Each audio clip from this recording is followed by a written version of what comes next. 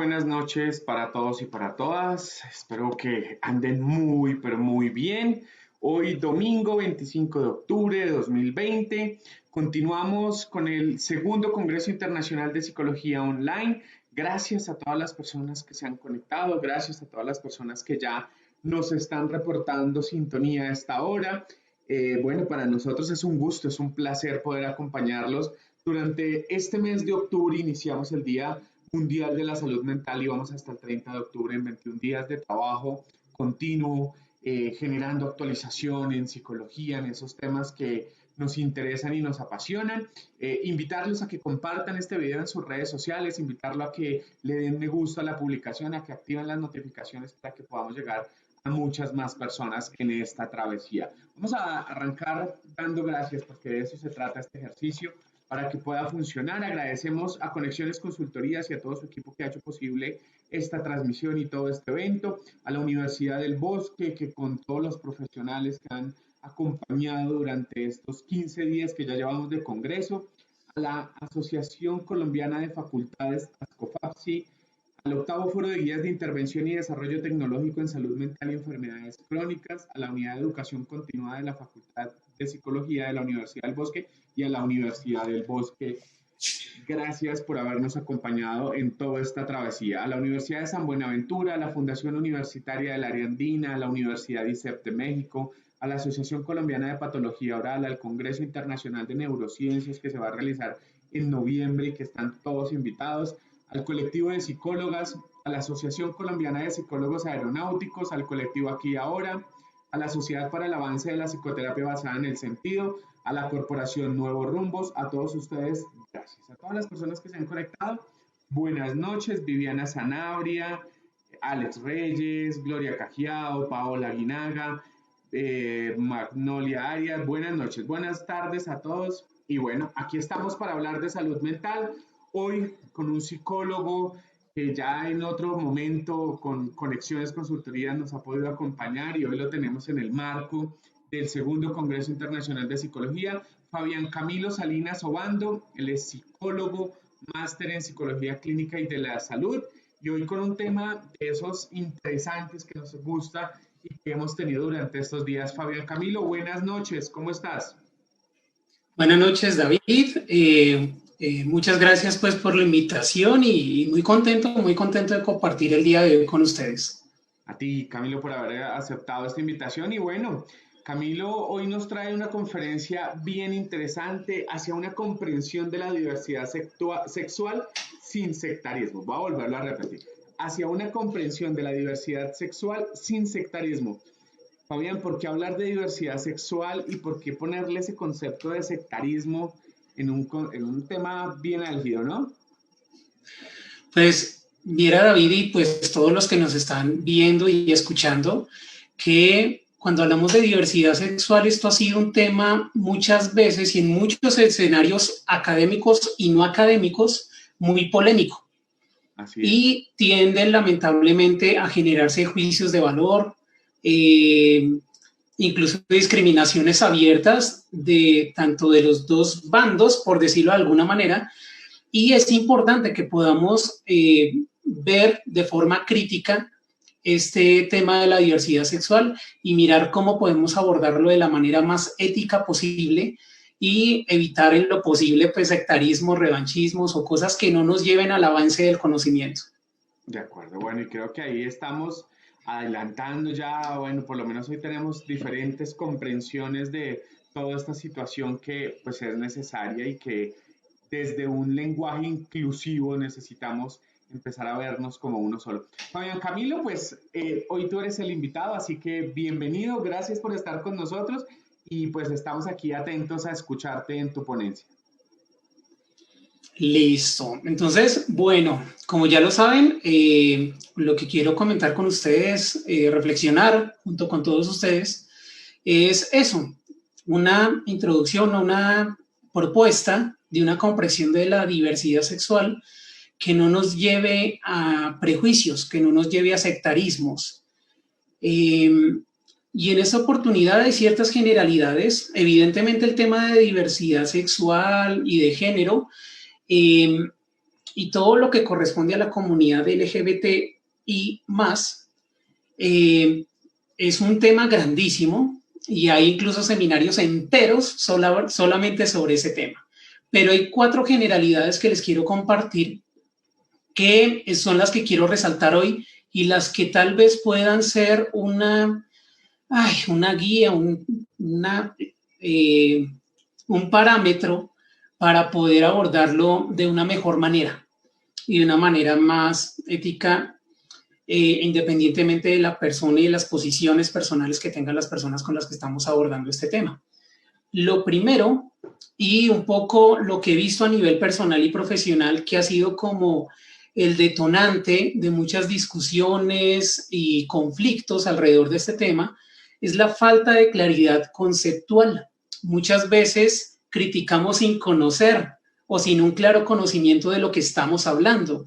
Hablamos de diversidad sexual sin saber en realidad o a profundidad o de forma concreta de qué se trata la diversidad sexual. Y muchas veces esto puede terminar en que no tenemos claro los conceptos, asumimos esos conceptos desde nuestras definiciones personales o desde nuestros pensares y la otra persona está en las mismas. Y eso evidentemente no nos lleva a ponernos de acuerdo y ni siquiera avanzar en un conocimiento cuando estamos hablando de entornos académicos. Entonces es muy importante comenzar con esa claridad conceptual que le he visto un poco difusa tanto a nivel social como a nivel incluso académico y profesional dentro de la psicología, lamentablemente. Dentro de esta claridad conceptual de qué es y qué no es la diversidad sexual, también es importante tocar un tema que ya ha estudiado la psicología y es la pregunta un poco típica de ¿se nace o se hace? Incluso esta pregunta específicamente se orienta a la orientación sexual, que es una partecita de todo lo que implica la diversidad sexual. Y es importante también tenerlo claro porque la no claridad frente a esta pregunta también se presta para prejuicios y sectarismos.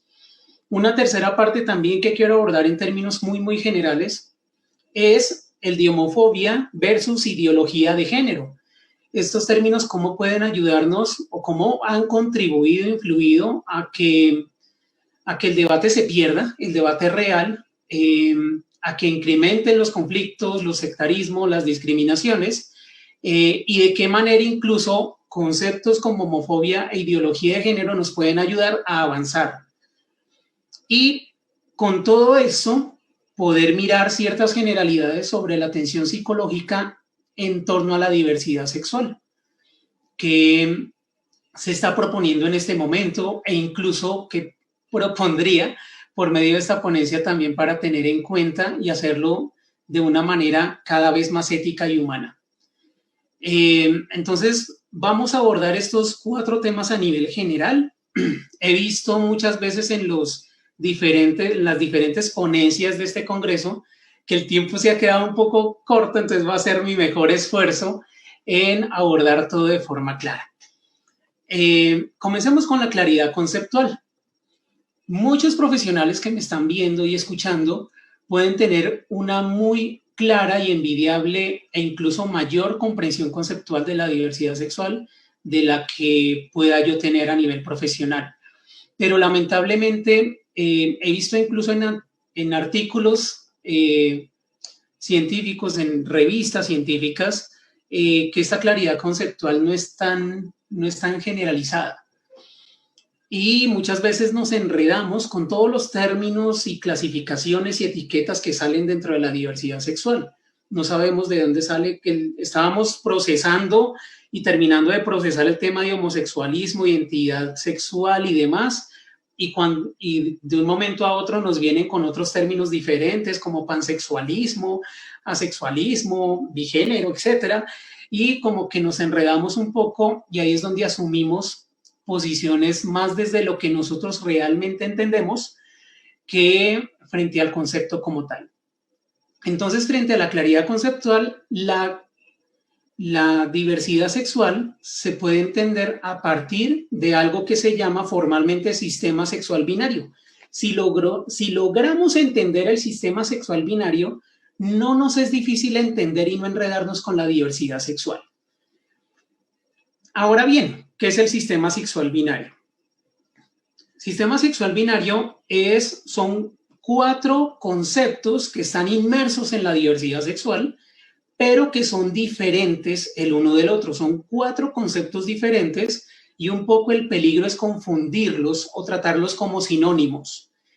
Y comenzó como sistema sexual binario porque cada uno de estos 4 términos diferentes inicialmente comenzaron con 2 opciones, cada uno.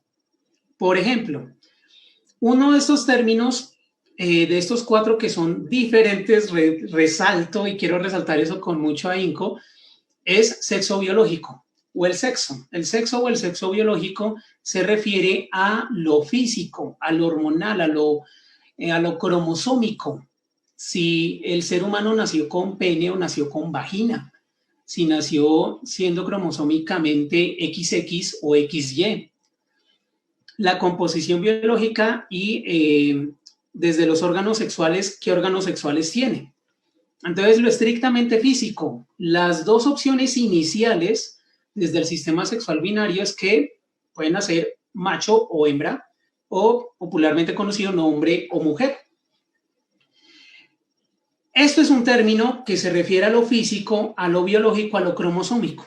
Algo muy diferente al sexo biológico es la identidad sexual. La identidad sexual se refiere a la identificación psicológica con ese sexo biológico. Y también comenzaron con 2 opciones, o comienza desde este sistema con 2 opciones.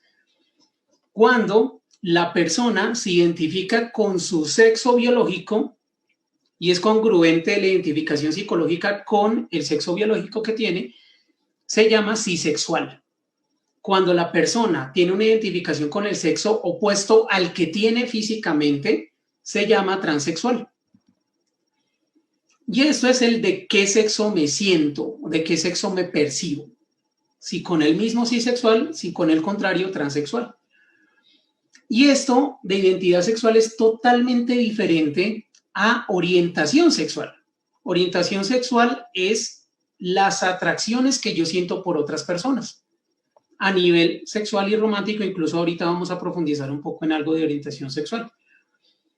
Pero las 2 iniciales opciones son heterosexual cuando me atrae romántica y sexualmente el sexo opuesto y homosexual cuando me atrae romántica y sexualmente personas del mismo sexo. Evidentemente aquí comenzamos y quiero resaltar la primera confusión que existe entre estos debates que podemos escuchar en los medios, en la radio, en la televisión sobre este tema.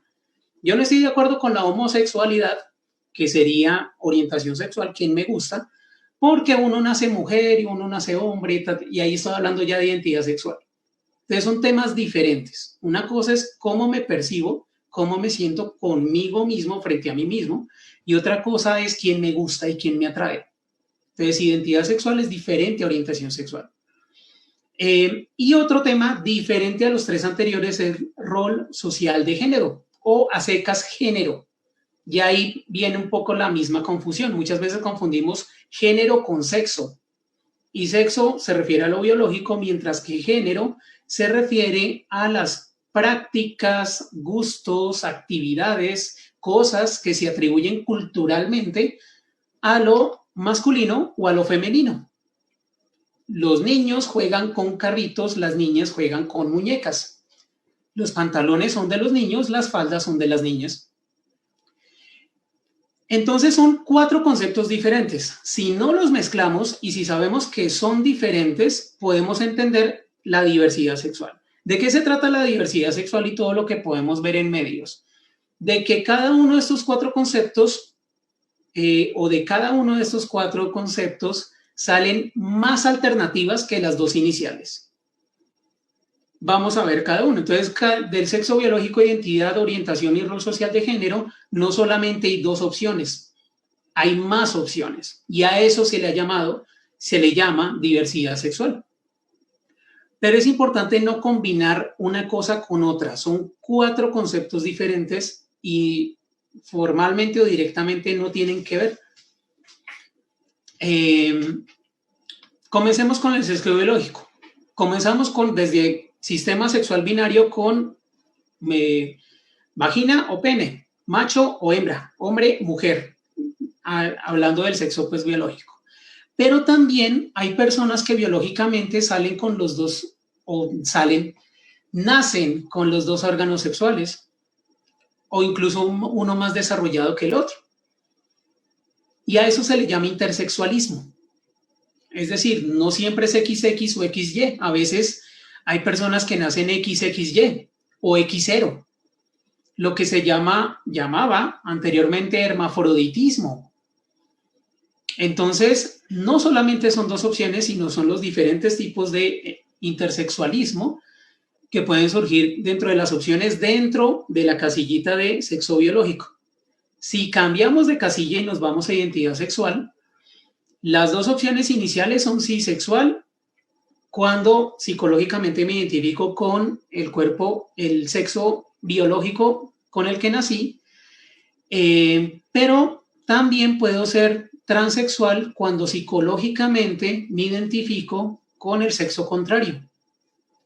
Pero las opciones no van hasta ahí, no comienzan en dos, y por eso es que se desarrolló la diversidad sexual, porque yo puedo estar de alguna manera como miti-miti, es decir, me identifico tanto como mujer como hombre psicológicamente, con las dos, y a eso se le llama bigénero.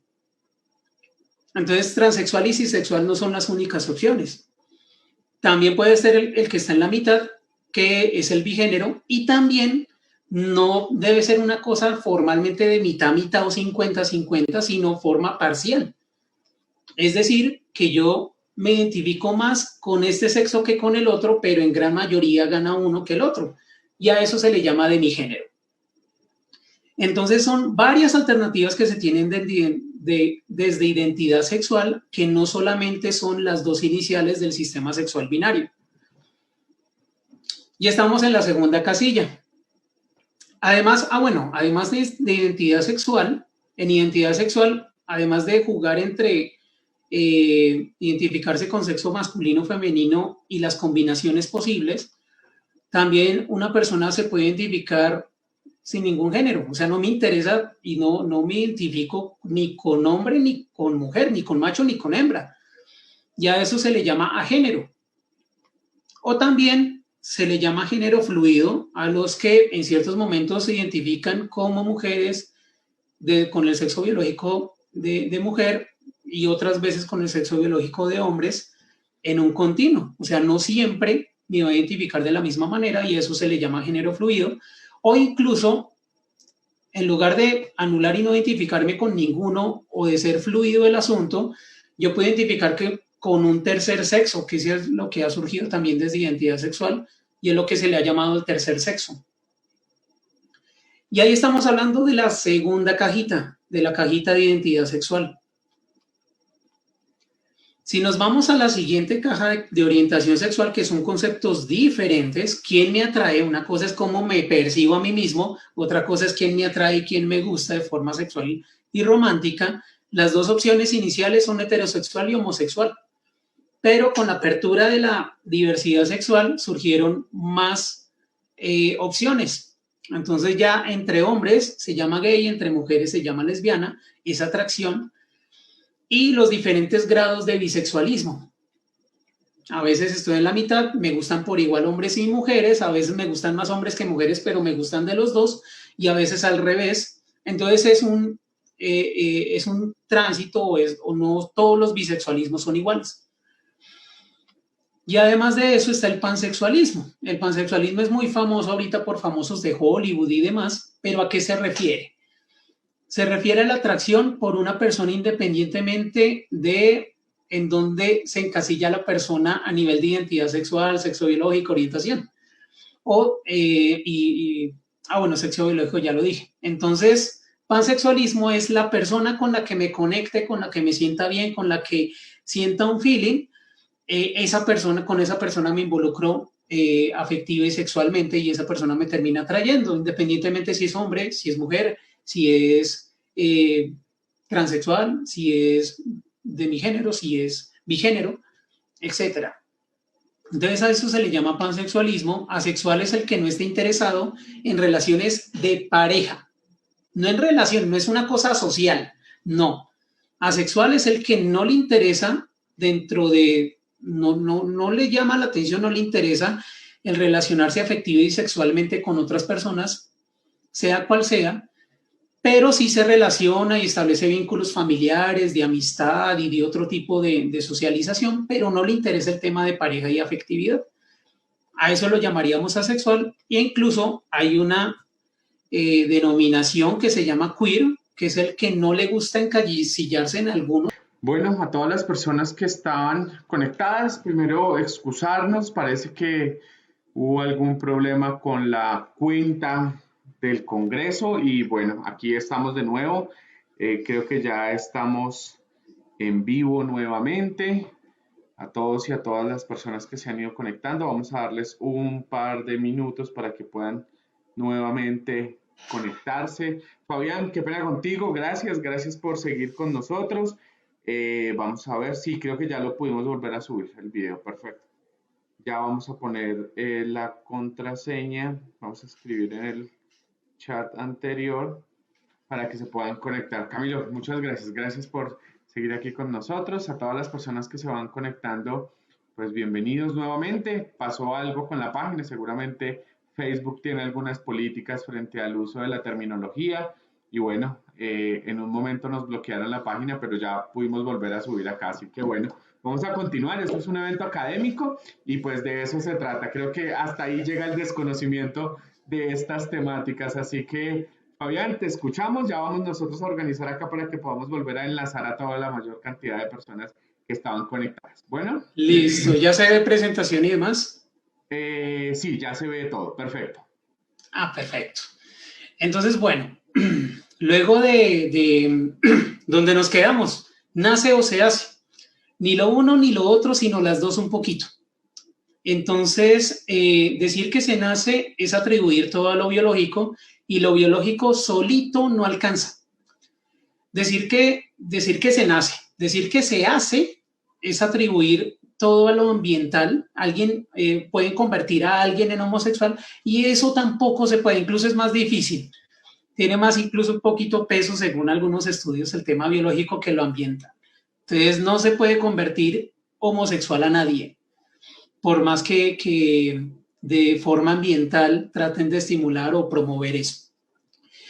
Y también hay unos factores personales en los que incluso, no de forma completa como lo vemos acá, ninguno es suficiente por sí mismo, pero sí los factores, sí hay involucrados factores personales. Entonces la persona también participa en la forma de vivir su afectividad y su sexualidad, no está ajena a ese proceso, no es que me tocó ser gay, no es que me tocó ser, tener cierta orientación sexual, es un proceso de construcción biopsicoambiental, en donde hace parte de una partecita incluso todo un tema que es la identidad de la persona.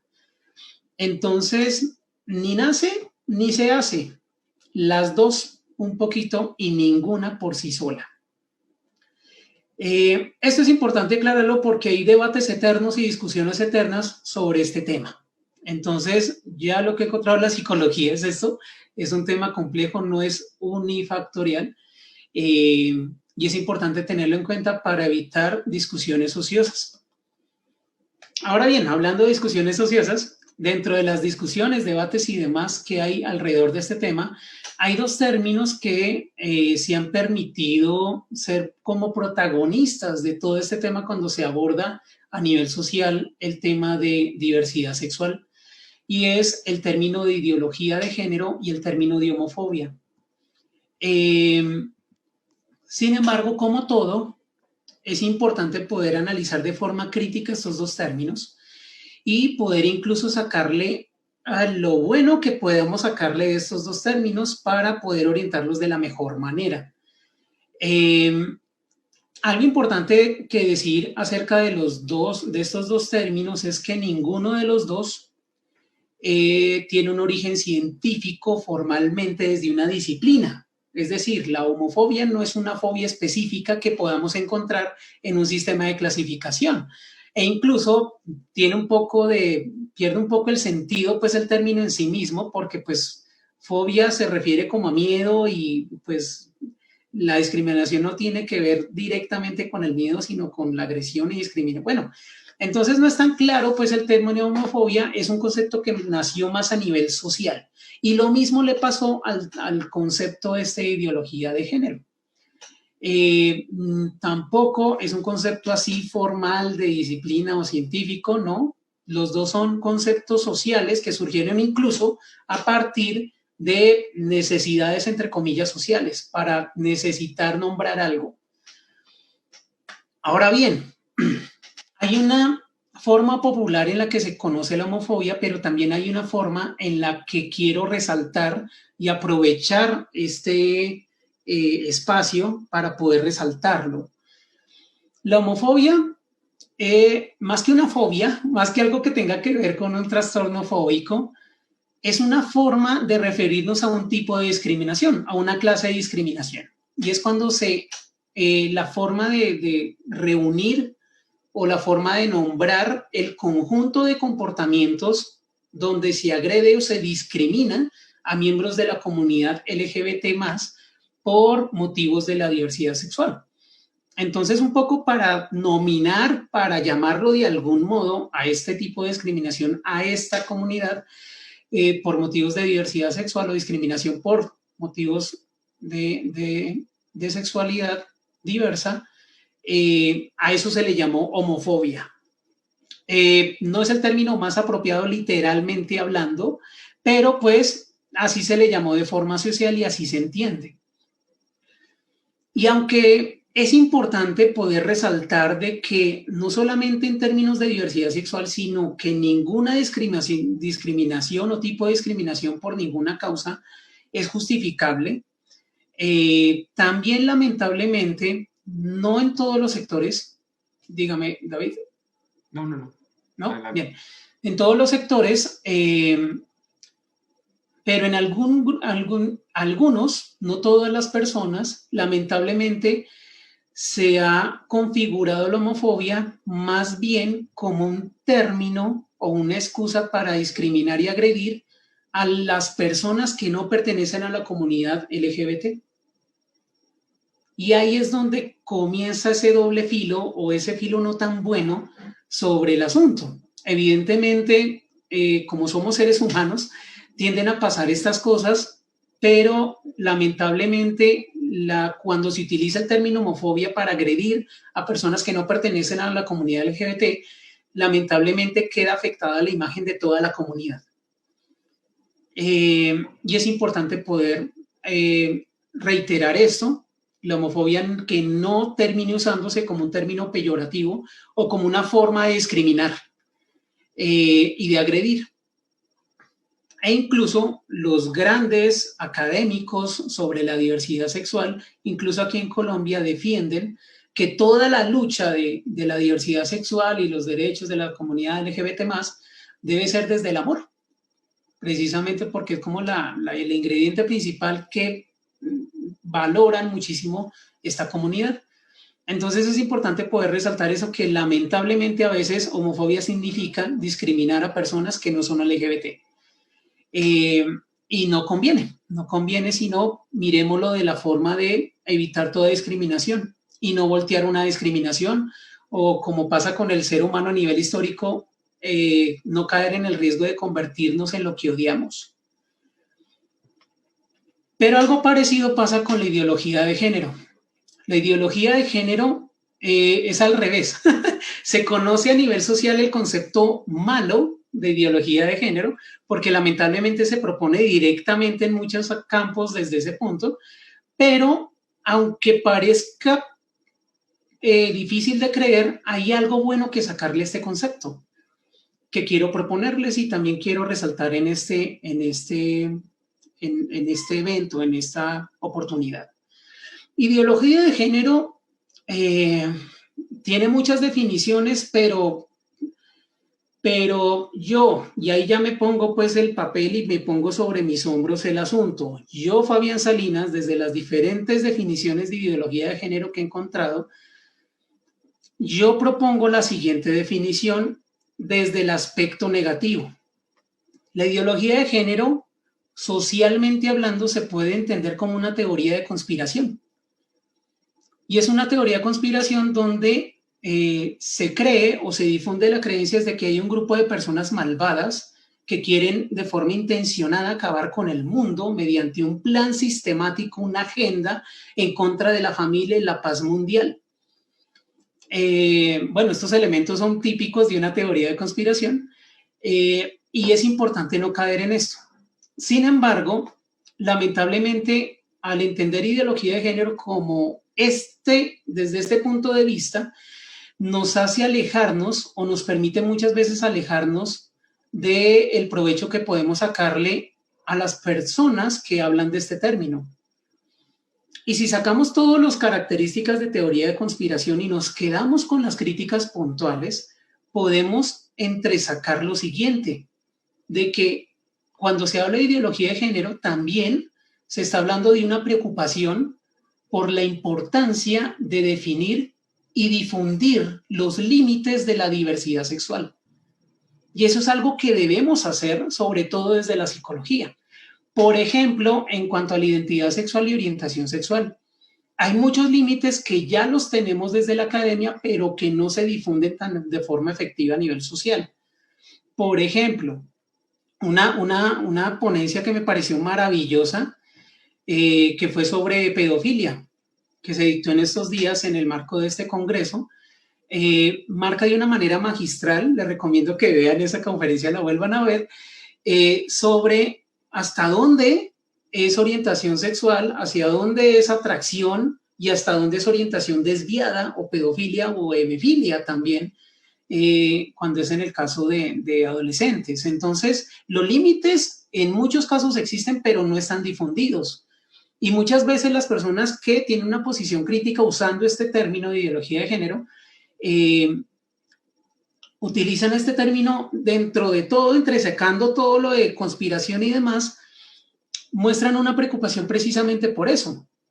¿Hasta dónde una filia puede considerarse o llegar a considerarse una orientación sexual? ¿Hasta dónde la pedofilia puede llegar a lucharse como una orientación sexual diversa? Y es importante que lo tengamos claro y que lo difundamos y que podamos incluso dentro de la lucha de la comunidad LGBT+, se puedan establecer y tener claros esos límites para evitar esos sectarismos, donde decimos hasta aquí, estos son hasta aquí caben la orientación sexual diversa, pero ya de este límite para acá estamos hablando de un trastorno, estamos hablando de una orientación desviada. Y lo mismo en cuanto a identidad sexual. Es importante toda la diversidad que acabo de escribir o que escribí en este espacio sobre todas las opciones diversas que hay frente a identidad sexual, pero también es importante que desde la academia podamos tener una posición y que difundamos socialmente esa discusión de forma efectiva sobre los casos, por ejemplo, de los hombres, bueno, los casos famosos, la mujer que se identifica a sí misma como un caballo, la niña o la joven en otro país que se identifica como un gato, los transespecie o el hombre de 50 años que tal vez o probablemente frente a una estrategia de afrontamiento frente a su estrés laboral, se comenzó a identificar como una niña de 6 años. Entonces, es importante poder tener en cuenta estos límites, dejarlos claros y decir, esto es diversidad sexual, pero estas otras cosas no tienen que ver con diversidad sexual y poder establecer esos límites. Entonces es importante porque no está claro. Y al no estar claro esos límites, eso permite que se promuevan estas posiciones críticas a las que van añadidas todos los temas de teorías de conspiración que pueden generar todo lo que ha surgido alrededor de este tema. Entonces, si bien ideología de género también se usa como un término para discriminar, es importante poder reentresacar esa preocupación por la importancia de los límites dentro de la diversidad sexual, para poder tenerlo como un referente para avanzar y que sea más claro y que evite menos discusiones ociosas. Y bueno, finalmente, frente a la atención psicológica en cuanto a la diversidad sexual, cuando se abordan temas alrededor de la persona que tienen que ver con su identidad, evidentemente la identidad de la persona o que construye la persona de sí mismo tiene que ver con su sexo, con su identidad sexual, con su orientación sexual y cómo vive la afectividad, con su género o sus gustos, su particularidad, su conducta, su forma de ser y la cultura en la que está inmersa esa forma de ser, pero también la identidad se trata muchísimo más que los elementos de la diversidad sexual. Cuando hablamos de identidad sexual también hablamos de religión. ¿Cuál es el marco religioso de valores personales que tiene esa persona? ¿Cuál es su cosmovisión? Hablamos de su cultura, con la cultura con la que se identifica incluso, y otros factores innumerables que hacen parte de lo que para la persona es valioso e importante, y enfocan y orientan su sentido y proyecto de vida, y su propósito de vida. Cuando hablamos de identidad, no solamente hablamos de quién le gusta o cómo se percibe. Cuando hablamos de identidad, hablamos de la pregunta puntualmente de qué y cómo quiero ser, o quién quiero ser, si lo vemos de forma global. Y este qué y cómo quiero ser, contrastarlo con un criterio de realidad. ¿Por qué con un criterio de realidad? Porque es importante saber que estamos en una realidad que no es maleable. En otros espacios con David he insistido mucho en que pensar bonito no hace que mi realidad sea bonita, pero es importante poder saber que hay un criterio de realidad al que debemos confrontar e incluso la terapia cognitiva o muchas veces la terapia psicológica, lo que se hace es eso. ¿Cuál es la evidencia de esto que estás pensando? En la realidad o en los hechos disponibles, ¿qué evidencia tienes de esto que estás creyendo y afirmando y poder contrastarlo y poder tener una concepción con un criterio de realidad claro y con un sentido de realidad que no me genere malestar significativo?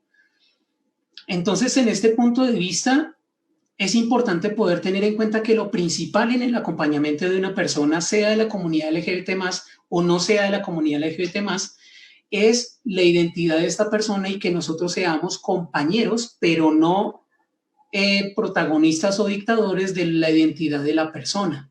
El único que decide y tiene derecho a formar una identidad en una persona es la misma persona, ni siquiera su psicólogo. Y ahí es importante y quiero advertir sobre el posible sesgo que puede surgir en dos propuestas que se dan frente a este tema en la atención psicológica frente a la diversidad sexual. Hay terapias de afirmación, donde el peligro de las terapias de afirmación es que el psicólogo termine afirmando o presionando aspectos de la identidad de la persona que deben ser de la persona. Pero curiosamente el mismo pecado pasa en las famosas terapias de reparación, que incluso ahorita tienen otro nombre porque esa reparación suena muy peyorativo, donde una persona con sentimientos y atracciones hasta el mismo sexo se van a una terapia supuestamente de reparación para que el psicólogo los presione hacia la otra orientación sexual. Y eso atenta contra la identidad de la construcción porque el que debe ser líder en la identidad de la persona es la propia persona. Pero podemos pecar desde los dos extremos y eso es importante tenerlo en cuenta. Cuando hablamos de terapia reparativa, el peligro es que el psicólogo meta más la mano de lo que debe y termine haciendo daño. Pero también cuando hablamos de terapia de afirmación, también está el mismo riesgo, porque eso es de la persona, no es del psicólogo ni de otra persona ajena. Y nosotros más bien debemos ser acompañantes para que la persona de la forma más auténtica y personal posible pueda desarrollar su identidad como quiere, porque es la identidad de la persona. Hay una guía incluso por parte de la APA de acompañamiento de personas en diversidad sexual, donde especifica eso. Incluso cuando se chocan la orientación sexual y las atracciones con su identidad religiosa, es importante mirar cómo conciliar esas dos. Pero es importante que el proceso y que el participante de la construcción de la identidad de la persona sea la persona, no su psicólogo. Y eso es algo que A veces es una línea muy delgada y que debemos tener en cuenta todos los profesionales. Frente a este tipo de presiones, tanto de un lado como para el otro, porque puede llegar a suceder, hay una frase de Albert Camus, creo que se llama, bueno, yo lo llamo siempre Albert Camus, que dice lo siguiente: nadie se da cuenta que algunas personas gastan una energía tremenda simplemente para ser normales. Y muchas veces el mismo tipo de presión en una mala terapia reparativa puede ser el mismo tipo de presión en una mala terapia de afirmación. Entonces es importante no presionar a las personas para que se acomoden y bueno, el trabajo eterno de los psicólogos, no meter nuestros prejuicios personales en consulta. Y otra frase increíble que también refuerza el tema de que el protagonista de la historia sea nuestro consultante y la identidad que quiere el consultante y no la que nosotros queremos para nuestro consultante, es una de Carl Rogers, que es la curiosa paradoja de la humanidad, es que cuando me acepto a mí mismo puedo cambiar. Entonces el tema está en identidad y aceptación, más que depresión, tanto de un lado como del otro. Tengamos claros el tema conceptual para no caer en conversaciones ociosas y apuntémosle no a que la persona sea homosexual, apuntémosle no a que la persona no sea homosexual, apuntémosle a que la persona tenga una afectividad sana y que construya un muy buen proceso de identidad. Muchas gracias. Fabián, muchas gracias a ti por esta excelente propuesta. Creo que muy interesante, ya aquí nos avisaron qué era lo que había pasado. Seguramente alguien se conectó en ese momento en el que estabas haciendo tu postura y nos reportó por lenguaje inadecuado.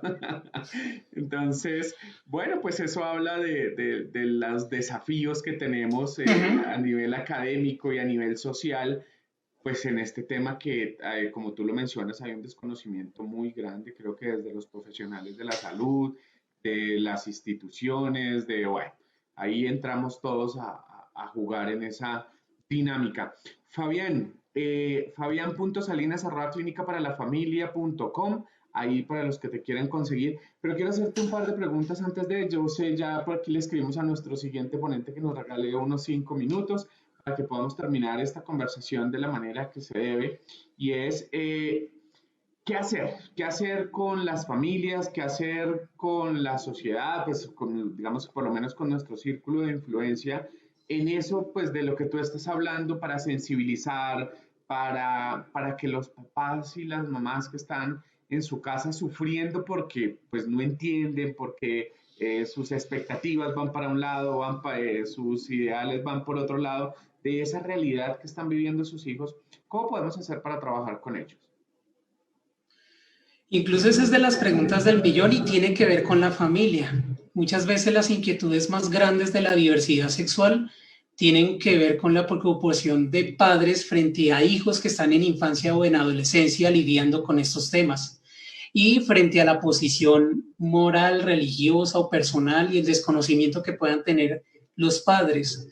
Entonces, la primera parte es conocimiento, es decir, si yo sé que mi hijo puede jugar con muñecas y que el que juegue con muñecas no lo hace homosexual, pues voy a tener el chance desde la claridad del conocimiento manejar las situaciones de una forma más adecuada, si se quiere la palabra adecuada, no me gusta mucho esa palabra, pero de una manera mejor.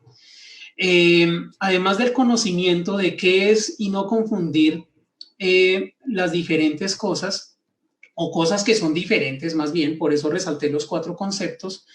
Algo muy importante es que tanto en el marco general de la sociedad, es decir, tanto en personas heterosexuales como en personas que orientan su sexualidad hacia el homosexualismo, hay experiencias satisfactorias y experiencias malucas. Entonces, normalmente las personas heterosexuales homosexuales, hablando propiamente de la orientación sexual, que tienen experiencias negativas, que tienen experiencias incluso traumáticas, lamentablemente, muchas veces el problema no es tanto en la etiqueta, no es tanto en la orientación sexual, sino en la calidad de apego que vivieron con sus papás o lo que afectó el vínculo con sus padres en ese punto. Entonces, ahí aplico pues también la frase que quise compartirles de Carl Rogers: cuando me acepto, puedo cambiar, cuando me acepto, puedo seguir adelante, pero si lo pasamos a los hijos, lo mejor que puede hacer una pareja de padres con sus hijos es aceptarlo como persona y diferenciar dos cosas: el comportamiento del ser humano, y poder decir, vea, a usted como ser humano, yo a usted lo amo de forma incondicional, no tiene que ganarse mi amor y siempre va a contar conmigo y siempre voy a estar ahí para usted, porque es mi hijo, porque es mi hija. Aunque en estos comportamientos no esté de acuerdo, aunque no sepa cómo manejar estas conductas, aunque no esté de acuerdo con esta forma de pensar, pero mi inconformidad es frente al pensamiento, frente a la conducta, nunca frente a la persona. A la persona la amo. Cuando hacemos esa diferencia, o más bien, cuando los padres se dan la libertad de hacer esa diferencia entre persona y conducta, están protegiendo el vínculo con sus hijos, están protegiendo la afectividad con sus hijos, porque muchos desórdenes afectivos y sexuales de un adulto vienen de esos pecadillos en el vínculo de los padres. Entonces, es importante poder apuntarle a tener lo más posible sano corazón por parte de esos niños y cuidar el corazón lo más posible y no perseguir, como lo dije al final de la charla, no perseguir que sea heterosexual, no perseguir que sea homosexual, sino que tenga un corazón sano y que la afectividad que tenga sea sana. Cuando nos enfocamos en eso, estamos obteniendo y nos estamos acercando a lo que realmente queremos como padres, que es la salud mental y el bienestar de nuestros hijos. Bueno, Fabián, pues creo que una gran lección nos dejas ahí y creo que esa es la invitación. Aquí se han ido conectando algunas personas, seguramente se nos perdieron algunas preguntas en el momento en el que se cayó la transmisión. Bueno, desafortunadamente el tiempo pasa volado. Fabián, me quedo con eso que tú dices y es aportarle y cuidar a las personas, no fijarnos en esas conductas, porque finalmente ahí es donde dañamos y es donde el daño mayor aparece, que son relaciones que seguramente nunca se van a poder sanar, que tenemos esas dificultades tan grandes cuando las personas no lo entienden de esa manera. Vamos a revisar, voy a ver si aquí interesante todas las claridades que se han hecho respecto a un tema complejo. Lo primero sería incentivar el respeto que merece el abordaje y manejo de este tema. Gracias, doctor Salinas, dice Gloria Cajeado. Entonces, bueno, Fabián, aquí está el trabajo que has hecho. Seguramente vamos a tener otros espacios donde te vamos a invitar a que nos hables y podamos profundizar en estos temas, porque definitivamente esos vínculos de la familia son los que no se pueden perder. Esos vínculos desde el amor, como tú lo dices, hay que cuidar el corazón de las personas. Fabián, pues muchas gracias, gracias por tu tiempo, gracias por acompañarnos en el segundo Congreso Internacional de Psicología Online. Con mucho gusto, David, gracias por la invitación y feliz noche para todos. Sí, muchas gracias. Bueno, a las personas que se han venido conectando, voy a revisar acá, tal cual, lo importante es la persona y el respeto. Gracias, doctor Salinas. Bueno, al final ya se pudieron conectar nuevamente todas las personas. Esto se llama un ejercicio académico de perseverancia. Aquí no hemos podido mover muchas cosas en este momento con la plataforma, con la transmisión para que no se nos vaya a caer. Fabián, gracias. Un abrazo, hermano. Cuídate mucho y nos hablamos pronto. A las personas que están conectadas, denos 2 minutos mientras conectamos al siguiente ponente y ya volvemos con ustedes.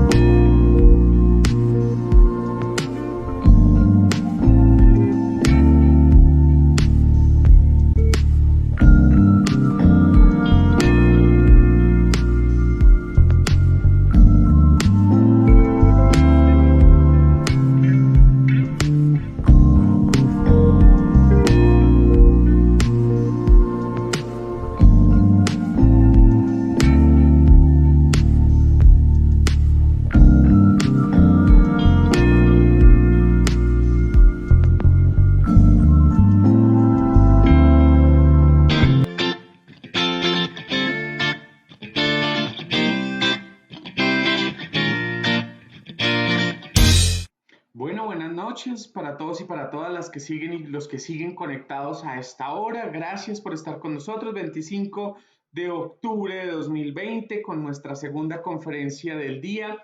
Un modelo explicativo en la transición de la tipología del consumo de spa. A esta hora estamos con Leonardo Arturo García Rincón. Él es psicólogo, especialista en psicología clínica y magíster en salud pública. Leonardo, buenas noches, ¿cómo estás? Bienvenido. David, ¿cómo vas? ¿Cómo te ha ido? Buenas noches. Muy bien, afortunadamente. Creo que estamos aquí. Ahí hemos estado teniendo un par de dificultades técnicas. Leonardo, pues para no perder más tiempo, para que podamos agilizar tu presentación, te doy la bienvenida a esta ponencia de segunda hora. Bienvenido. Bueno, muchas gracias. Muy buenas noches a todos. Gracias por la invitación a participar en este congreso, a ti, a la Universidad del Bosque, a mi casa, para poder estar hablando de este tema, el cual, digamos, me ha generado muchísima motivación e interés y básicamente se puede decir que desde que estaba en el pregrado me ha llamado la atención. Entonces, lo que voy a mostrarles hoy, o de lo que voy a hablar hoy, es básicamente un trabajo que hemos desarrollado con Efrén Martínez, que precisamente también estuvo por acá hablando sobre adicciones. Y digamos que la idea es poder mostrar un modelo que nos pueda permitir comprender básicamente qué lleva a que una persona pueda transitar en los distintos tipos o usos de las sustancias psicoactivas, es decir, que hace que una persona se enganche más que otra. Básicamente es eso lo que queremos hablar el día de hoy. Y digamos que para entrar un poco en contexto, pues digamos es importante entender qué nos lleva o qué nos motiva a conocer de esto. Bueno, digamos que hay que partir de una lógica y es básicamente, como casi siempre inicio cuando hablo de este tema, y es el uso de sustancias psicoactivas es un problema de salud pública.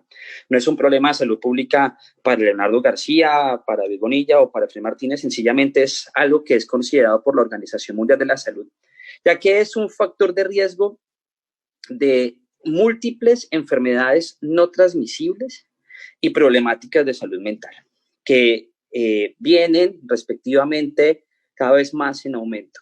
¿Listo? Entonces, digamos, por eso la Organización Mundial de la Salud, digamos, le da ese trato, le da esa perspectiva y básicamente como profesional también de la salud, digamos, doy esa orientación y esa claridad. Y es que este es un modelo visto también entonces desde una perspectiva de salud pública.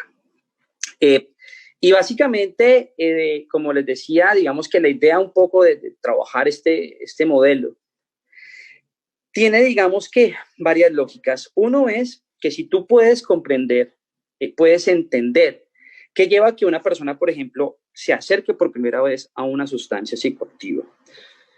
Pero si además puedes entender qué cosas influyen para que el uso recreativo, para que una persona de usador experimental, por ejemplo, pase a uso recreativo, y asimismo también comprendes que otras variables influyen a que se pueda tener un paso a un uso abusivo, a un uso dependiente, pues de alguna forma impacta de manera muy positiva en las acciones de prevención de esta problemática.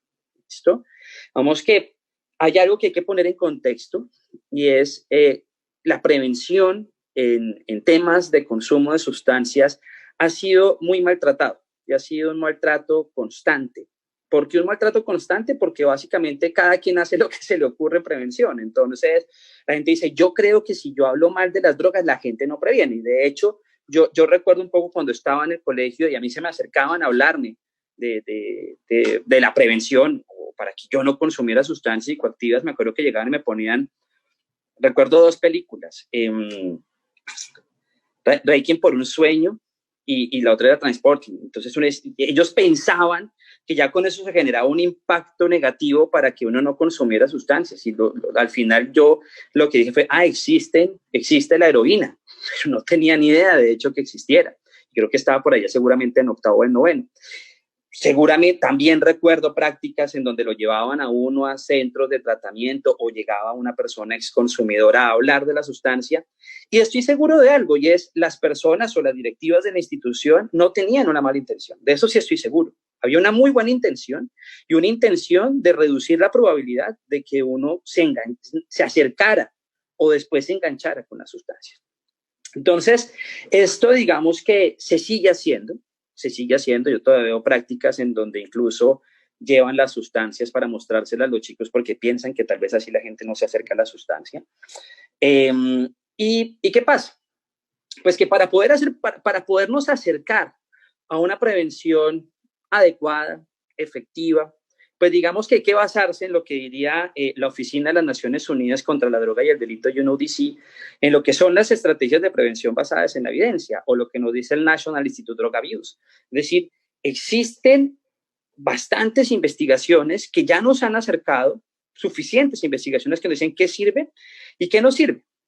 Entonces, este tipo de modelos nos aleja de esas malas prácticas, ¿sí? Porque uno básicamente entiende cuáles son las variables que están influyendo. Y no solamente entender la variable que está influyendo o conocer la variable, sino comprender la variable. ¿Listo? Ahorita lo veremos, como es en el caso de la percepción de riesgo. Hay que comprender la variable para que no quede solamente el nombre, sino saber cómo podemos trabajarla.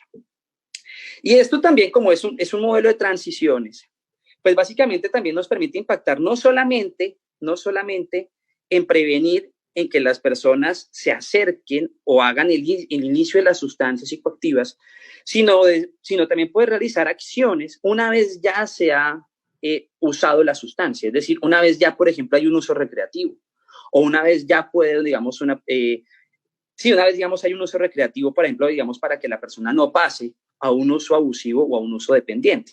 Porque claramente, digamos, pensamos y vemos la prevención siempre de una manera que puede ser efectiva únicamente antes de que las personas usen las sustancias. Pero realmente también podemos desarrollar acciones una vez ya han ocurrido. Pero ahí, digamos, uno tiene que tener mucho cuidado. Ya hablaremos de eso un poco más adelante, porque hay modelos seguramente, por ejemplo, de reducción de riesgos y de daños.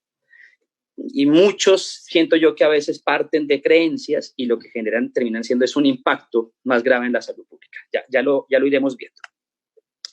Pero bueno, para seguir entrando en contexto, digamos que veamos algunos conceptos para entendernos. ¿Listo? Para ponernos un piso más o menos conceptual. Cuando nosotros hablamos de uso de las sustancias, hablamos que el uso puede ser de 4 formas. Puede ser un uso experimental, que es básicamente cuando la persona llega y se acerca por primera vez a la sustancia. Da ese primer consumo, ese primer uso de la sustancia. Ese primer uso de la sustancia, de hecho, nos da un indicador epidemiológico. Cuando tú miras, por ejemplo, un estudio de consumo de sustancias psicoactivas, por ejemplo, si nosotros vemos los estudios que se hacen en nuestro país, que siempre están a cargo del Ministerio de Salud, Ministerio de Justicia, generalmente UNODC está también trabajando con ellos en este tipo de estudios, uno ve que se sacan distintos indicadores. ¿Qué indicadores ve uno? Las prevalencias. Realmente uno ve prevalencia de vida, prevalencia de daño, prevalencia de mes. Para que me entiendan, la prevalencia de vida sería el porcentaje de personas que han consumido una sustancia particular al menos una vez en la vida. ¿Listo? Entonces, por ejemplo, si yo te preguntara, ¿has consumido alcohol alguna vez en tu vida? Si la respuesta es sí, pues yo básicamente saco el porcentaje de los que me respondieron sí sobre el total poblacional. Eso me da la prevalencia de vida. Prevalencia de daño, que es el porcentaje de personas que me han usado la droga al menos una vez en los últimos 12 meses. Y prevalencia de último mes, porcentaje de personas que han usado la sustancia al menos una vez en los 30 días. Sí, hablo de las prevalencias, aunque no se encuentra acá, me parece importante nombrarlo, porque en salud pública y en epidemiología, en temas de sustancias, no solamente es hablar de la prevalencia. Aquí, digamos, en sustancias hablamos siempre de 3 tipos de prevalencias, ¿vale? Entonces, cuando hay esos 3 indicadores, y un indicador muy importante es ¿a qué edad lo hiciste por primera vez? Entonces, esas personas que me responden que sí lo han hecho alguna vez en la vida, también se les pregunta, bueno, dime cuántos años tenías la primera vez que usaste la sustancia, ¿vale?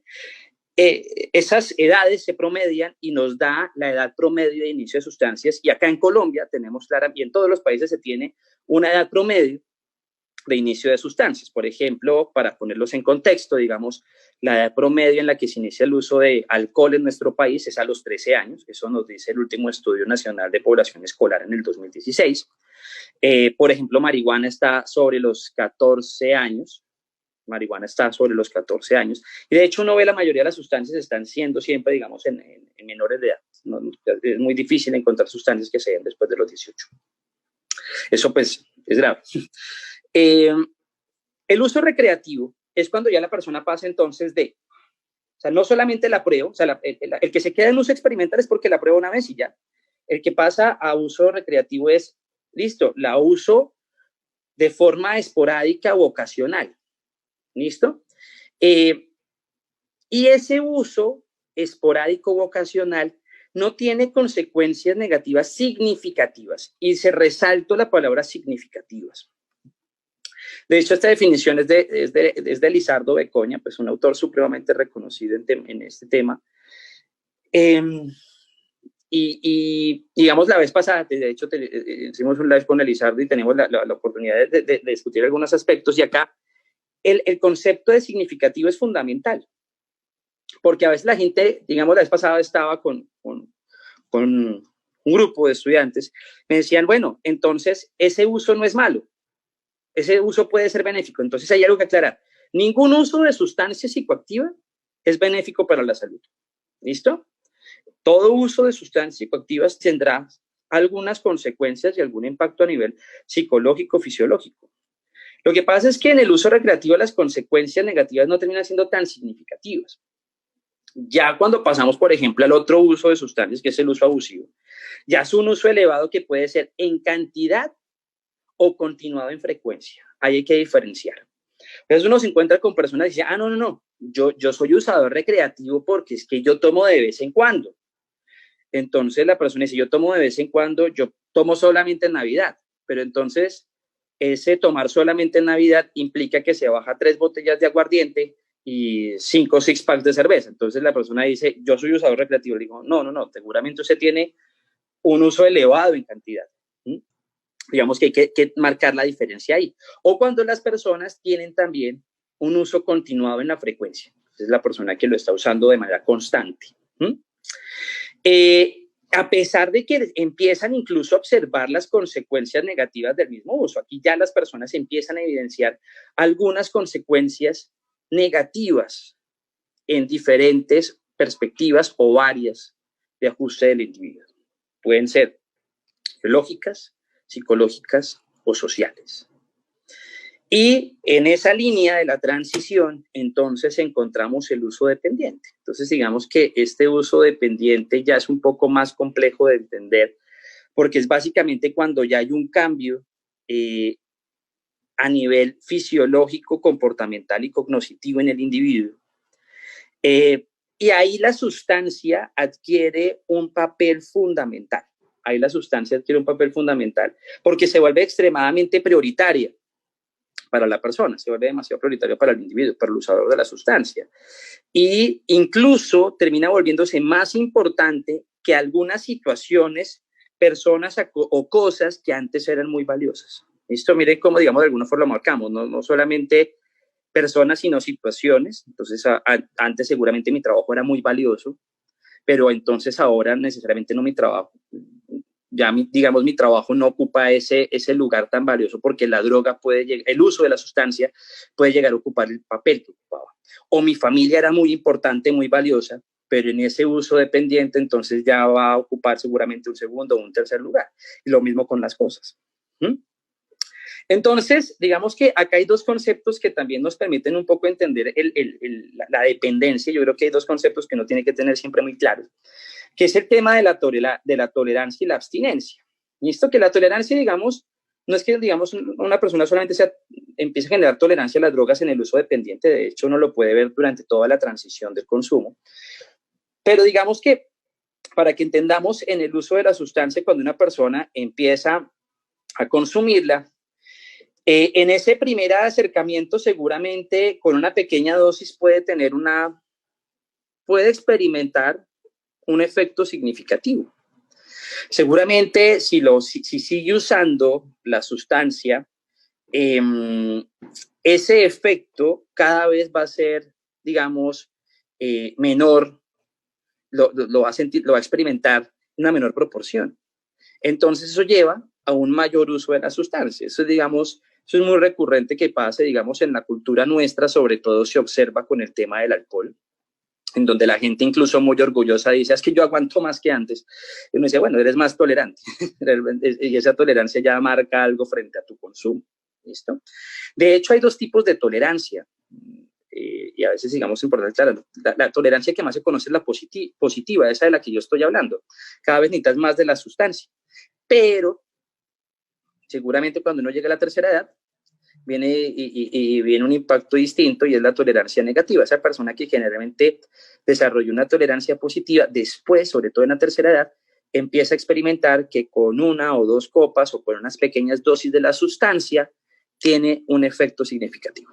¿Listo? Eso, digamos, es muy recurrente, sobre todo en las personas que han tenido, digamos, problemas seguramente o de abuso o dependencia con la sustancia. Y el otro elemento que es importante tener en cuenta, porque no podemos olvidar, digamos que eso lo aclaro, porque no podemos olvidar este componente biológico, porque digamos en el modelo no lo voy a presentar, pero eso quiere decir que no es que no lo tengamos en cuenta, no se puede olvidar de esto, esas características fisiológicas, es la abstinencia y es básicamente cuando, esto ya es muy característico de la dependencia. Y es cuando la persona empieza a experimentar un conjunto de síntomas o signos fisiológicos, particularmente fisiológicos, básicamente cuando deja de usar la sustancia. Entonces, digamos, desde esos modelos digamos, desde una perspectiva conductual, sería lo que uno conoce como un refuerzo negativo. O sea, la conducta empieza a mantenerse más por un refuerzo positivo, ya no por la búsqueda de esa sensación inicial que generó seguramente algo de placer, sino ya para qué, para evitar la situación, la sensación fisiológica aversiva. Eso cambia, eso denota un cambio importante e interesante, digamos, en el tema del uso de la sustancia. La persona seguramente no inicia en esa búsqueda de pérdida, bueno, en algunas personas en algunas personas evitativas puede llegar a ocurrir eso. Pero digamos que generalmente se busca es como una situación agradable. Acá, digamos, después ya en esa transición, en el uso dependiente, cuando se da la abstinencia, ya la persona da el uso de la sustancia, es básicamente para evitar esa situación aversiva. ¿Listo? Ojo, hay, digamos, a veces algunas personas dicen, entonces hay sustancias que no necesariamente generan abstinencia porque se imaginan que es el conjunto de signos y síntomas termina siendo muy aversivo. Digamos, por ejemplo, hay algo particular, digamos, con la marihuana. Por ejemplo, existen una cantidad de mitos y de creencias alrededor de esta sustancia, y uno de esos mitos o creencias es que el cannabis no es dependiente. Todo lo contrario, es altamente dependiente. Entonces, por ejemplo, una de las personas lo que encuentra es que la persona antes dormía maravilloso, dormía muy bien, conciliaba el sueño muy fácilmente. Empieza a usar la sustancia y después se da cuenta en ese uso recurrente que ya no puede conciliar el sueño de forma tranquila, sino necesita de la sustancia para poder llevar a cabo eso antes, que era completamente normal, natural. Digamos que es importante como ir aclarando esos conceptos. Bueno, ¿cómo hemos venido trabajando esto? Digamos, como les digo, pues particularmente, digamos, desde una perspectiva personal me ha interesado muchísimo entender qué lleva a que una persona use la sustancia, qué lleva a que la persona se enganche, particularmente digamos, en mi experiencia profesional he venido desarrollando es básicamente con mi trabajo en este tema. Y acá digamos que hay que entender algo. Y es este estudio parte, digamos, con un objetivo claro. Bueno, esto no es un estudio, esto es un conjunto de estudios. Para aclarar eso, es un conjunto de estudios. Entonces, digamos que dentro de lo que nosotros queremos como objetivo era determinar cuáles eran las variables que intervenían en la transición de la tipología del consumo de sustancias psicoactivas. Esta construcción de este modelo, como es un conjunto de investigaciones, pues digamos que ha partido de investigaciones de revisión sistemática, investigaciones correlacionales. Actualmente estamos desarrollando con EFREN una investigación explicativa, ahorita les haré la cuña para ello, y unos análisis de regresión, y esto digamos que nos ha permitido, por ejemplo, hacer unos análisis de regresión múltiple, y también ya digamos estamos adelantando unos análisis por ecuaciones estructurales que nos permitan entender y confirmar el modelo que tenemos. En el último estudio que realizamos, digamos, fue con Efraín Martínez precisamente, y se realizó con 1.325 colombianos mayores de 18 años, de distintas poblaciones o de distintas regiones de nuestro país. Actualmente estaremos desarrollando otra, para confirmar este modelo, ya estamos adelantando otra investigación. A hoy llevábamos cerca de 7.000 datos. Esperamos seguir ampliando un poco más la muestra para poder ir confirmando este modelo que tenemos. Y básicamente, pues bueno, acá se encuentran algunos de los resultados.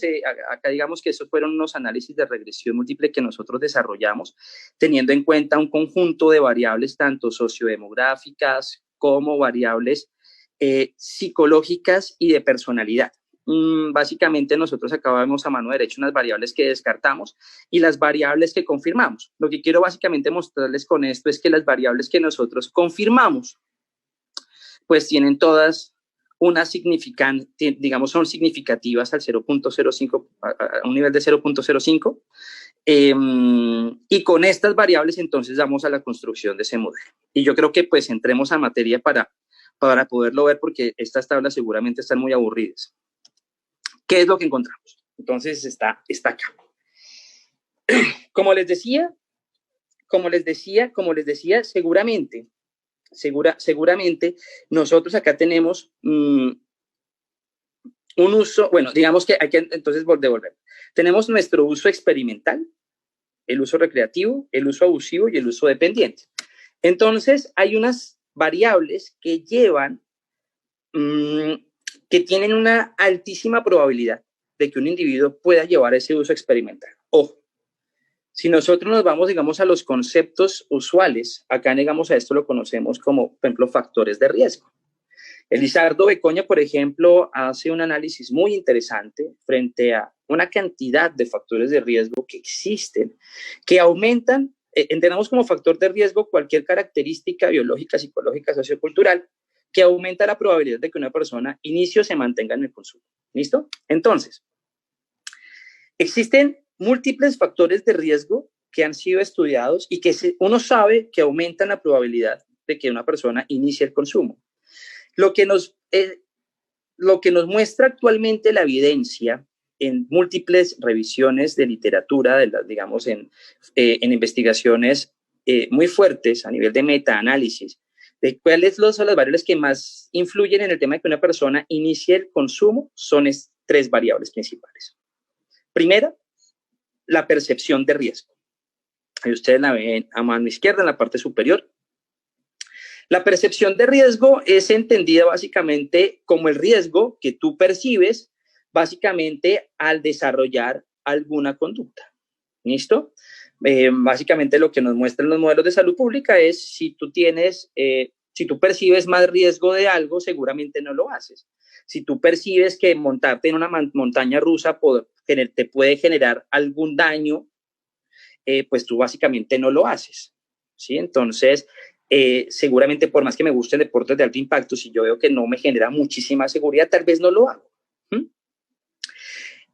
Precisamente en una investigación que adelanté en algún momento con una compañera de la Universidad del Bosque, con Daniela Borges, en un macroproyecto de consumo de sustancias, encontramos un modelo que básicamente nos hablaba que la percepción de riesgo no puede entenderse de forma general.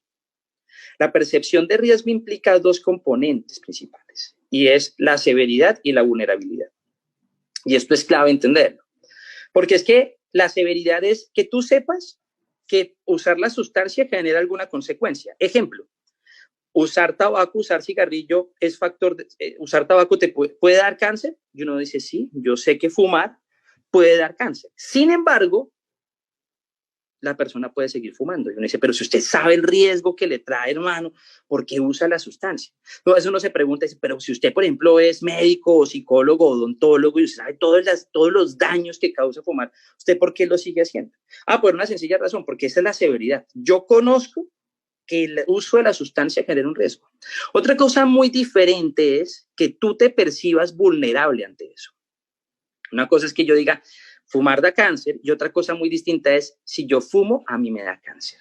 Generalmente las personas entienden la severidad del usar la sustancia, mas no se perciben como vulnerables. Y esto se puede aplicar, por ejemplo, perfectamente a lo que ha venido pasando en la pandemia. La gente dice, yo sé que si yo no me lavo las manos, yo sé que si yo no utilizo tapabocas, yo sé que si salgo a la calle puede haber riesgo de contagio, pero otra cosa distinta es si yo me contagio. Yo no me considero vulnerable ante eso.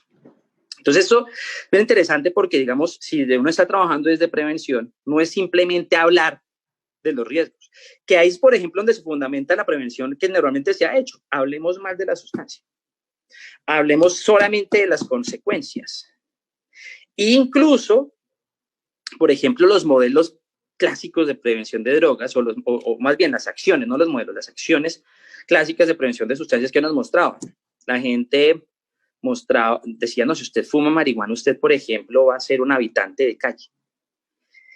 Incluso se fundamentaba en mentiras para generar más y más terror. Eso, por ejemplo, es supremamente iatrogénico, es demasiado contrapreventivo. Y uno dice, ¿por qué? Por lo siguiente, porque como tú le estás diciendo a la persona, si tú usas marihuana, vas a ser habitante de calle. Dice, pero hermano, mi profesor o mi familia no sabe que yo ya lo usé, o que yo ya soy un usador esporádico. Y yo la estoy usando y la estoy usando, pero yo no soy habitante de calle como dicen que uno se vuelve. O conozco al gerente más exitoso del mundo y el man es usador de la marihuana. Entonces, básicamente uno dice, la persona termina siendo por más riesgosa que sea, a mí no me hace daño. Yo no soy vulnerable ante eso, es decir, a mí no me va a pasar. Y como básicamente veo que a mí no me va a pasar, puede básicamente incluso llevar a aumentar el uso de la sustancia y que la persona transite más rápido. ¿Por qué? Porque se fundamenta es únicamente en el miedo y en el daño, más no en que las personas se consideren vulnerables. Y esto lleva entonces también a un desarrollo de habilidades para la vida esencial, y es básicamente el autoconocimiento, porque si tú no te conoces, no te vas a percibir nunca de forma vulnerable. La segunda variable o elemento que aumenta la probabilidad de que una persona se nos acerque a ese uso experimental es las influencias normativas. Básicamente entendamos la influencia normativa como qué tan de acuerdo está el contexto en que yo desarrolle una conducta. ¿Qué tan de acuerdo está el contexto en que yo use una sustancia psicoactiva particular? Esto hay que entenderlo de forma particular para cada sustancia. Esto no se puede generalizar, digamos, no es generalizable de una vez a todas las sustancias. Hay que entenderlo por cada sustancia. Entonces, ¿qué tan de acuerdo están, por ejemplo, mis papás en que yo consuma alcohol? ¿Qué tan de acuerdo están? ¿Qué tan de acuerdo están mis profesores en que yo consuma alcohol? ¿Qué tan de acuerdo están mi familia extensa en que yo consuma alcohol? ¿Qué tan de acuerdo están mis pares en que yo consuma alcohol? ¿Qué tan de acuerdo está la comunidad en que yo consuma alcohol? El uso de bebidas alcohólicas es el más alto y no por casualidad, y se debe muchísimo a esto. La influencia normativa alrededor de las bebidas alcohólicas es extremadamente favorable. La familia está de acuerdo en que usted use bebidas alcohólicas. Los profesores generalmente hablan de clases de las bebidas alcohólicas. La comunidad está de acuerdo. La familia está de acuerdo. Los pares están de acuerdo. Entonces eso aumenta. Mejor dicho, si la persona no lo hace, pues básicamente ese sería un caso anormal, atípico. Vemos que lo normal es si la población está de acuerdo, pues aumenta la probabilidad. He ahí el grave error cuando un padre de familia dice, es que yo prefiero que mi hijo consuma conmigo a que consuma con otros. Papá piensa de forma tal vez ingenua y partiendo incluso de una muy buena intención, que tal vez esa es la mejor forma para que no tenga un uso problemático. Pero resulta que si el pelado se da cuenta de que mi papá está de acuerdo con que yo consuma bebidas alcohólicas, ya hay un actor importantísimo como es padres de familia, pues ya él va a decir, mis papás están de acuerdo. Mis papás están de acuerdo y eso aumenta la probabilidad a que lo haga, de hecho, con otro contexto. Entonces, básicamente, lo que él pensaba de si toma conmigo no va a tomar con nosotros, no, todo lo contrario. Va a tomar más con nosotros. Y el otro elemento es el involucramiento parental. Yo creo que el Estudio Nacional de Consumo de Sustancias Psicoactivas que desarrolla el Ministerio de Salud en conjunto con el Ministerio de Justicia y UNODC en población escolar en el año 2016, uno de los análisis más interesantes, si no lo conocen, los invito a que lo vean. Uno encuentra estos estudios en el Observatorio de Drogas de Colombia, en odc.gov.co, uno puede encontrar todo este conjunto de estudios.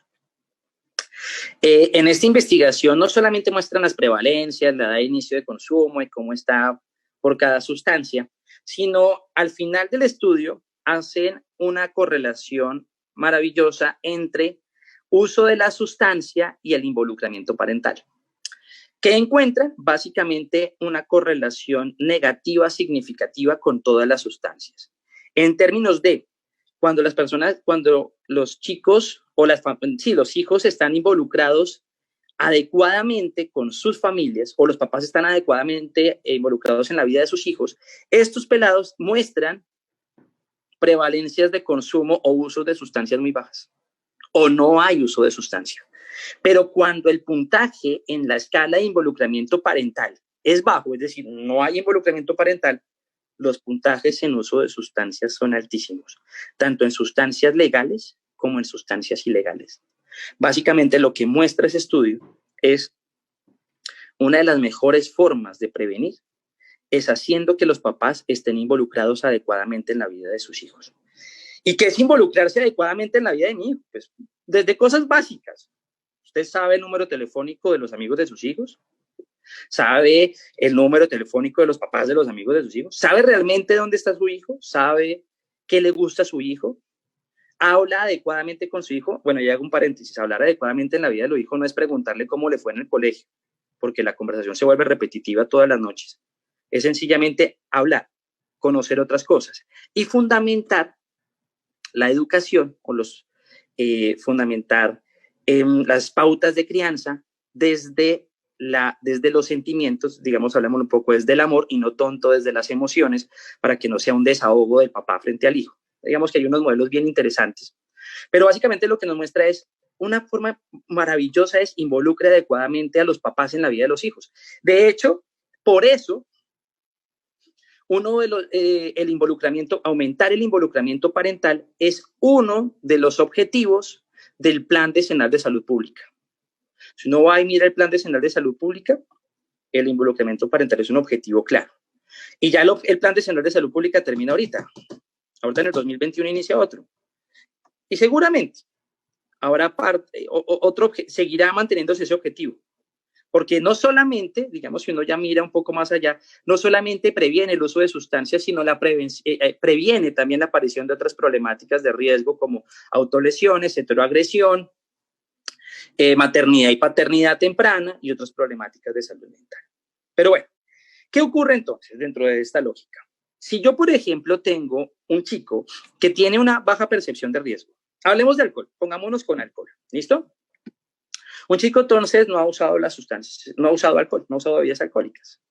Y entonces es un pelado que vive en nuestro país, vive en Colombia, en donde hay una aceptación cultural alrededor del alcohol, ve que los papás están tomando, ve que el tío toma, ve que el abuelo toma, ve que todo el mundo toma, y seguramente pues no percibe riesgo en consumir alcohol porque pues todos están bien. Y por más que le digan seguramente no tome, que eso le daña el hígado, ve que a nadie de su familia le daña el hígado, entonces hay una baja percepción de riesgo. Sumado a eso, el pelado, toda la familia le dice, tómate un refajo en el asado. Ve que, por ejemplo, un partido de la Selección Colombia no se puede ver si no hay cerveza, que en los asados de la familia lo primero que se compra es la cerveza y después se compra la carne, que no hay fiesta de familia en donde no haya alcohol, y que incluso hasta en los bautizos hay, que en el colegio los profesores hablan cuentan sus historias de cuando tomaban, hacen bazares en el colegio y quien patrocina el bazar en el colegio es una casa cervecera. Y además los papás no están muy involucrados en la vida de él, simplemente le preguntan cómo le fue en el colegio. pero no conoce sus gustos y de hecho juzgan todos sus gustos. No conoce los amigos, no conoce los papás. Esto acerca y aumenta significativamente la probabilidad de que una persona, que este chico, use por primera vez una bebida alcohólica. Y ahí puede pasarnos una de dos cosas. O bueno, pueden pasarnos varias cosas. Ahí, digamos, en la parte de arriba, ustedes ven algo que es clásico de desde las teorías del aprendizaje, de conductuales, y es, recuerden, la teoría de Thorndike, la ley del efecto, que dice, toda conducta que viene seguida de un suceso satisfactorio incrementa la probabilidad de que ésta se repita en el futuro. Eso no se puede dejar de lado. Si el chico, por ejemplo, pongámonos, a ver, digamos, inventemos un poco más la historia. Pensemos que es un chico extremadamente tímido. Es un chico que le da miedo hablar frente a las otras personas, que mejor dicho, no le gusta pasar desapercibido. Extremadamente ansioso. Lo invitan a una fiesta y en la fiesta entonces prueba el alcohol y sigue tomando. Y resulta que como él empieza a tomar, pues genera esta afectación en nuestro lóbulo frontal y ya hay una pérdida de autocontrol, la persona empieza a experimentarse más, empieza a percibirse más extrovertida, la empieza a pasar muy bacano, muy interesante, empieza a hablar, empieza a contar chistes, los amigos empiezan a reír, incluso le gustaba a una niña, invita a bailar a la niña baila con él nunca había bailado, pero entonces ahora ya no tiene miedo de bailar y baila y lo hace bien. Y resulta que esta niña que a él le gustaba incluso le da un besito. Pregunta, ¿el refuerzo fue positivo? Fue extremadamente positivo para las características de él. Para sus características fue extremadamente positivo. Como diría Efren, este chico la próxima vez no va a llegar a tomar en la fiesta. Este chico la próxima vez se va a ir tomado desde su casa para aprovechar toda la fiesta. Porque se dio cuenta que le fue muy bien. Ese es el refuerzo positivo. ¿Sí? Ahora, podría pasar que seguramente todo no sintió nada, no, mejor dicho, le dio un dolor de cabeza, o vomitó, la pasó extremadamente mal. Entonces uno diría, bueno, ahí es una consecuencia negativa. Sí, por ese lado, digamos, uno diría, pues tal vez no transite, pero es que resulta que ahí las influencias normativas siguen jugando un papel muy importante. Hay personas que la primera vez que prueban bebidas alcohólicas no les va bien o no les gustó el efecto y puede que no haya sido una vez, puede que en las primeras ocasiones hayan experimentado situaciones muy aversivas. Sin embargo, la influencia normativa sigue ahí. Pero hermano, tómese un trago. ¿Por qué no va a tomar si estamos en la fiesta? Es la primera comunión de su hijo, o es el cumpleaños de su amigo. Y las personas esa presión y esa influencia normativa sigue jugando un papel muy importante y puede llevar entonces a que se transite al uso recreativo. Es decir, la persona llega al uso recreativo generalmente por estos dos factores. Seguramente hay otras variables asociadas, pero estos dos factores juegan un papel muy importante. Que lleva una persona que transite y diga, la probé y la probé y de vez en cuando la voy a seguir usando. ¿Listo? Y el tema es, acá digamos que vienen los resultados muy interesantes y es, bueno, ¿y qué hace entonces? Que una persona después de que pase de ese uso recreativo al uso, por ejemplo, abusivo o dependiente. Básicamente hay unas variables que nosotros encontramos. Recuerden que no estamos dejando de lado los componentes biológicos, individuales, fisiológicos. O sea, no se pueden desconocer. Eso no se puede desconocer. Hay características individuales que están ahí. No podemos desconocerlas. Pero encontramos dos variables que son muy importantes. Bueno, dentro del modelo que nosotros desarrollamos, esto que nosotros encontramos acá, encontramos que habían incluso variables características del individuo que podían ser aumentar la probabilidad de transitar estos usos. Uno, por ejemplo, era ser hombre. Y sí, uno va y mira y los datos epidemiológicos nos muestran que la mayoría, cuando hay una diferencia sexual, y es, digamos, en que hay más hombres con uso abusivo y hay más hombres con uso dependiente. Esto no es nada nuevo. El ser más joven, básicamente el ser más joven también aumenta la probabilidad de transitar en esto. Esto digamos que entonces nos marca algo muy, muy importante y es Por eso la importancia de también seguirle apuntando a uno de los objetivos del Plan Decenal de Salud Pública, que es retrasar la edad de inicio de consumo de alcohol. Esto, digamos, nos lo sigue mostrando acá. Una persona inicia a consumir bebidas alcohólicas a edades más tempranas, aumenta la probabilidad de hacer ese tránsito voladísimo por estas tipologías de consumo, pero además de transitar a otras sustancias psicoactivas de mayor impacto. Pero encontramos dos variables que fueron muy interesantes. Y desde esta perspectiva encontramos que la intolerancia al desamor, entendamos la intolerancia, él lo llama el desamor. El desamor es, digamos, la característica de cuando un individuo tiene una vulnerabilidad de no soportar o le duele el hecho de que los demás, sobre todo las personas que son valiosas para él, no le demuestren que él es valioso para ellos o que ella es valiosa para ellos. Cuando a mí me afecta que el otro no me esté demostrando que soy importante para él. Esa intolerancia al desamor nos aumenta la probabilidad, porcentaje bastante alto. Y asimismo, la percepción de insuficiencia.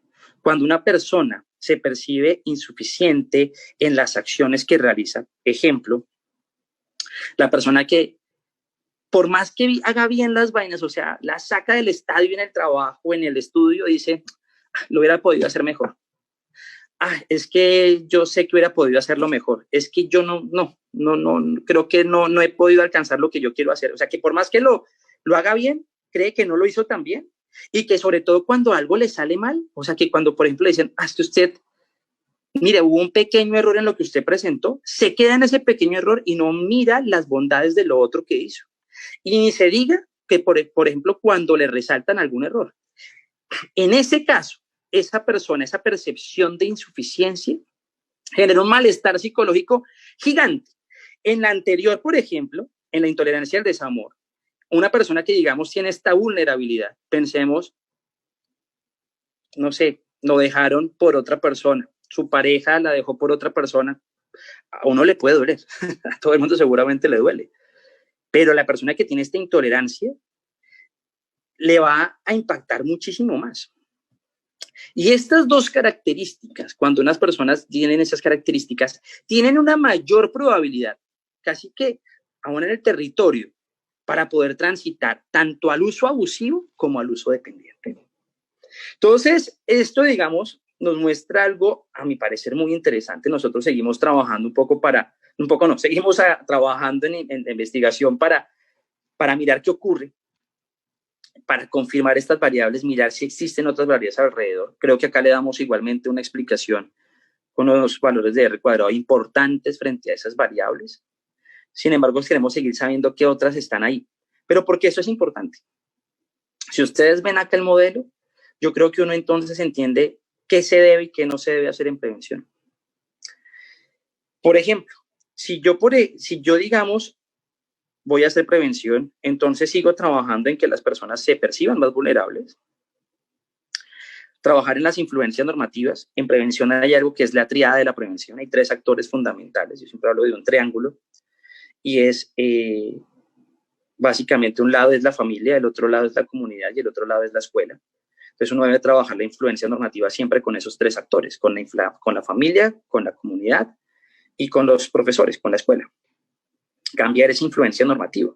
Y el individuo está en la mitad. De hecho, hay unos modelos, ahorita precisamente estamos desarrollando un modelo de un programa de prevención que se fundamenta en ese modelo, donde trabajamos con los actores, casi que ni trabajamos ya tan necesariamente con el individuo, porque trabajamos con los actores de las influencias normativas para que protejan al individuo que se encuentra en la mitad. Trabajar el tema del involucramiento parental sigue siendo esencial y esto básicamente me puede prevenir, me reduce significativamente la probabilidad de que alguien use por primera vez la sustancia. Ahora, sigo cambiando las influencias normativas para que tal vez no se transite a su uso recreativo. Acá hay otra variable que hace parte de las influencias normativas y a veces construido como otra variable, y son las creencias favorables alrededor de la sustancia. Que es, por ejemplo, lo que viene pasando, digamos, con el cannabis, que la gente le da unas bondades absurdas al cannabis que uno no entiende de dónde, pero entonces hablan, no, es que es menos dañino que fumar cigarrillo, o previene glaucoma, o previene... Y dice, wow, hay un desconocimiento enorme alrededor, y que como que se vuelve una posverdad, o sea, es una mentira que se repite tantas veces que termina siendo una construcción de una realidad social, y la gente vive en función de esto, y eso también aumenta la probabilidad de que tanto haya uso experimental como uso recreativo. Pero entonces, ¿qué hacer, por ejemplo, con las personas que ya han iniciado el uso, que ya tienen un uso de sustancias? Pues, hombre, la prevención acá, digamos, por ejemplo, si uno genera un buen modelo de reducción de riesgos y daños, no es enseñar a la gente cómo consumir adecuadamente, no, es enseñar a la gente cómo trabajar el tema del amor propio y tolerar el desamor, porque esas son realidades que realmente ocurren, y cómo poderte percibir una persona más suficiente. Eso, por ejemplo, nos podría entonces estar marcando seguramente una prevención que reduzca la probabilidad, o unas acciones, no hablemos de prevención, unas acciones, modelo de riesgos y de daños que lleven a que las personas no me pasen al uso abusivo dependiente. Y seguramente que si yo trabajo estas variables, probablemente se pueda llevar hasta una abstención del uso de las sustancias. Y digamos, desde el mismo modelo CAIA, desde el mismo modelo colectivo aquí y ahora, se ha venido desarrollando el tema de trabajo de sentido y propósito de vida, está trazado acá, porque digamos también ayuda en esa prevención e incluso en el tratamiento ya de los usos abusivos y los usos dependientes. Ya para ir terminando, ¿qué pasa acá? Por ejemplo, si yo, digamos, tengo un modelo de reducción de riesgos y de daños clásico, no voy a hablar de instituciones, pero digamos, algo que a veces se hace es, le enseño a la gente o monto la página de cómo consumir adecuadamente para que la persona entonces no tenga un mal viaje o para que la persona no se muera en el uso de la sustancia. ¿Qué variable termina impactando de este modelo? La percepción de riesgo. Se baja la percepción de riesgo. Y la percepción de riesgo influye en el tránsito del uso recreativo al uso abusivo o del uso recreativo al uso dependiente. No influye en eso. Influye en el uso experimental. Esas acciones generalmente lo que terminan haciendo es que la persona que no ha usado la sustancia lo use por primera vez. Básicamente, entonces digamos que por eso la importancia de hacer, yo creo que un trabajo responsable, sobre todo en esto. Y como yo a veces digo, a veces la mejor prevención es la que no se hace. Hacer prevención desde buenas intenciones, pero sin desconocimiento, es mejor no hacerla. Definitivamente no la haga, porque si la prevención es mala, créame que va a haber un efecto, pero el efecto será totalmente iatrogénico, será totalmente contrapreventivo. Y ya para terminar, pues invitarlos a que nos ayuden a tener más datos. Ahorita estamos fortaleciendo este modelo, yo creo que eso favorece la salud pública en general. Esta primera encuesta que nosotros le hicimos fue con población colombiana. Ahorita estamos haciendo un modelo explicativo para toda Iberoamérica. Y lo que queremos es invitarlos a que participen. Ustedes pueden entrar a este link, www.encuestaiberoamerica.com. Esto no solamente fortalece seguramente este modelo que estamos trabajando, sino otros modelos que se han venido desarrollando incluso para entender las autolesiones, la heteroagresión, problemas, digamos, recurrentes en la salud mental. Entonces, invitarlos a que participen y muchísimas gracias a todos por haber estado conectados en esta noche y haberme escuchado un ratico. Perfecto, Leonardo. Te voy a pedir que no quites la presentación y ya vamos terminando acá para poder mostrar ahorita de nuevo el link, ¿vale? Bueno, hay un par de preguntas, quiero formulártelas, sé que ya vamos pasados, pero bueno, ustedes entenderán toda esta lógica de las redes sociales. ¿Cómo se aborda en psicoterapia el uso recreativo de consumo, Leonardo? Pues, o sea, digamos que generalmente, digamos que hay algo ahí, el factor motivacional es esencial. El factor motivacional es esencial. Hay personas que, digamos, que tienen usos recreativos y se acercan básicamente porque quieren reducir el uso recreativo. Hay modelos explicativos como seguramente el de Prochaska y Clemente, que nos dice que las personas a veces no precontemplan o están precontemplando, entonces hay que llevarlas a que contemplen. Una vez que ya están contemplando, hay que prepararlos para que desarrollen el cambio. Una vez están preparados, entonces uno ya los lleva a que inicien ese cambio. Generalmente ese cambio empieza a darse por distintas razones o por una solicitud expresa del círculo social cercano, de la familia generalmente, o porque la persona empieza a experimentar algo, o de la pareja, o la persona empieza a experimentar algunas consecuencias negativas. Digamos que es esencial uno también de estarlo observando, sobre todo en algunas problemáticas de salud mental, cuando uno sabe que el uso de las sustancias pueden agudizar el tema que se esté trabajando, seguramente como depresión, digamos, si tengo una persona con un trastorno depresivo, afectivo bipolar y hay uso de marihuana, pues esto puede agudizar la sintomatología. Entonces ahí es importante, digamos, como motivar a la persona a que tenga ese cambio. Entonces, digamos que generalmente es un tema más de favorecer la motivación, de que se pase esa etapa de precontemplación a contemplación. A veces uno no lo tiene que hacer, lo hace el círculo social cercano o la misma persona lo contempla, entonces uno ya trata de avanzar en esa lógica. Vale, Leonardo. Tú tocabas ahorita un tema de todos esos mitos que hay alrededor de la marihuana y el uso en diferentes lugares. La pregunta que hacen es, el uso de sustancias psicoactivas en clínicas y hospitales para el manejo del dolor en algunas ocasiones puede volver dependiente de estas sustancias al paciente y de ser así, ¿qué manejos habría que darle o quién puede hacer la intervención? Pues mira, yo lo que conozco desde esa lógica es, digamos que, por ejemplo, claro, en un tratamiento médico la ventaja es que hay el acompañamiento de un profesional, el acompañamiento o de un médico, una persona, digamos, que tiene el conocimiento para poder poder administrar las dosis que se tenga que dar para reducir al máximo la probabilidad de generar dependencias. Digamos que eso depende muchísimo realmente del profesional en medicina, quien, digamos, está totalmente formado para desarrollar un tratamiento adecuado.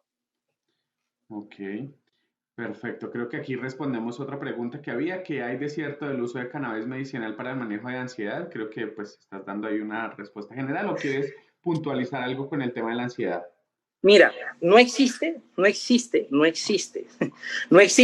quiero dejarlo claro, no existe evidencia de que diga que eso es cierto. No la hay.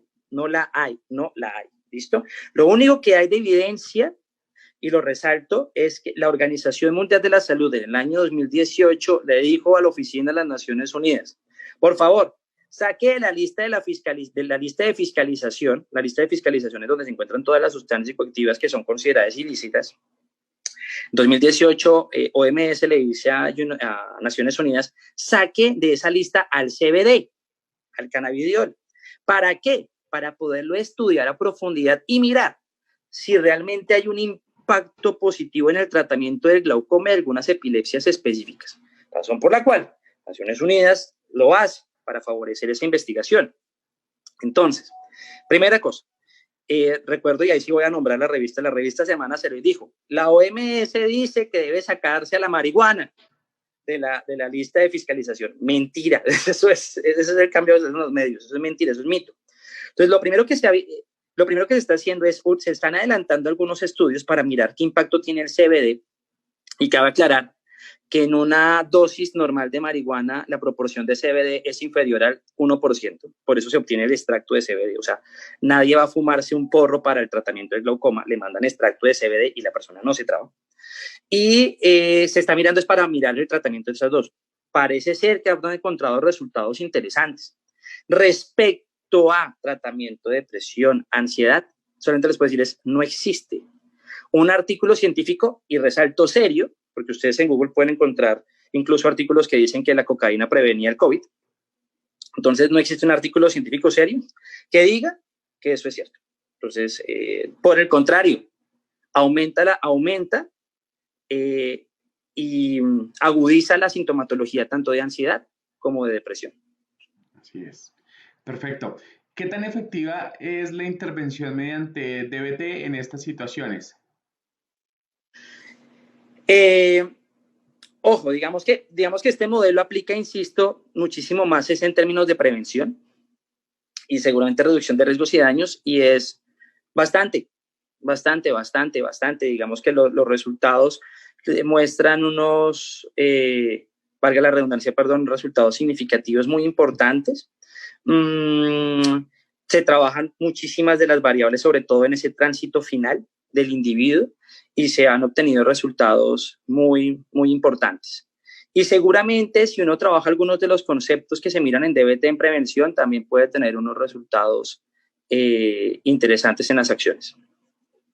Perfecto, sí, ese entrenamiento en habilidades de DBT es fundamental para el manejo Sí. De hecho, muchísimos de los terapeutas que trabajan ya en tratamiento tienen muchísimas herramientas en DBT. Así es, así es. Bueno, aquí pues te agradecen por la exposición, por la ponencia que estás haciendo y voy a hacer una última pregunta ya que nos fuimos de tiempo hoy. La percepción de riesgo es muy importante entenderlo desde la severidad y la vulnerabilidad, muy interesante. La permisividad en la familia sobre el consumo puede generar responsabilidad en la dependencia futuro. Bueno, creo que lo expusiste durante todo este tiempo. Muchas gracias, interesante. Ya les enviamos el link ahí, ya lo vamos a fijar ahí en los comentarios para que quede el link de la encuesta. Y es, ¿qué viene con el colectivo? ¿En qué andan y qué más podemos hacer para apoyar toda esta tarea que están haciendo con este equipo maravilloso en este centro de rehabilitación y en todas las estrategias de investigación y de prevención que hacen ustedes? La pregunta es que no se viene acá. Tenemos trabajando en varias cosas. Ven ustedes, pues, yo tengo la oportunidad de estar vinculado en el colectivo realmente ya hace un año y unos cuantos meses. Entonces ha sido, digamos, un trabajo interesante porque allí, pues, Efraín ya lleva 22 años trabajando distintas acciones en tratamiento, pero la prevención es, como él decía la vez pasada, es el área más grande del colectivo. Ya venimos desarrollando algunos programas de prevención, pues digamos, está Consentidos, está Sanamente, está acciones preventivas, digamos que son acciones dirigidas tanto a colegios, empresas, universidades. Ahorita desarrollamos un modelo de prevención, se llama Sin Trabas, que es un programa de prevención del consumo de cannabis, y estamos desarrollando un programa que ya vamos a lanzar en próximos días, programa de prevención de familias y de comunidades. Digamos que basados y fundamentados precisamente en este modelo que estamos presentando el día de hoy. Y en eso estamos, David. Bueno, Leonardo, pues muchas gracias. Edgar Barrera dice, gracias, doctor, por su gran aporte. Totalmente de acuerdo. El uso de cannabis medicinal para tratar ansiedad agudiza los síntomas. Creo que hay que enfatizar en eso, y es que no hay estudios clínicos que se estén haciendo, pues se están haciendo, pero pues aún no hay resultados contundentes, no hay evidencia científica, no hay evidencia empírica, así que hay que apuntarle a eso para que la gente no... Yo quisiera sumar una cosa, David, ya para seguramente irnos, y es, seguramente todas las personas que están acá conectados son profesionales de la psicología o de la salud, y es, tenemos una responsabilidad gigante, y dentro de la responsabilidad gigante es no seguir como siendo actores que fortalezcan esas posverdades, esas mentiras que después básicamente se construyen en mitos, porque a veces tristemente uno ve como profesional de la salud que hay otros profesionales de la salud que se creen esos mitos y terminan incluso dentro de sus acciones, intervenciones, fortaleciéndolos. Así es. Así es. Bueno, Leonardo, pues un gusto escucharte. Qué buen modelo este que están haciendo ustedes. Creo que todo el tema del involucramiento parental es a lo que vamos y es en lo que estamos trabajando para que esto funcione. Si no tenemos familias cohesionadas y trabajando por un mismo objetivo, va a ser muy complicado que el paciente solito evolucione con toda la situación social que tiene este país. Leonardo, un abrazo, muchas gracias por haber aceptado esta invitación al colectivo, gracias por habernos apoyado en este congreso, en este segundo congreso. Seguramente seguiremos haciendo más actividades en conjunto. Un abrazo, Leonardo. Un abrazo gigante, David, que estés muy bien. Gracias a todas las personas, nos vemos mañana. Un abrazo, gracias a los que se estuvieron conectando durante toda la transmisión, con caída de información y de todo, pero bueno, aquí estamos. Un abrazo para todos, nos vemos mañana, feliz noche.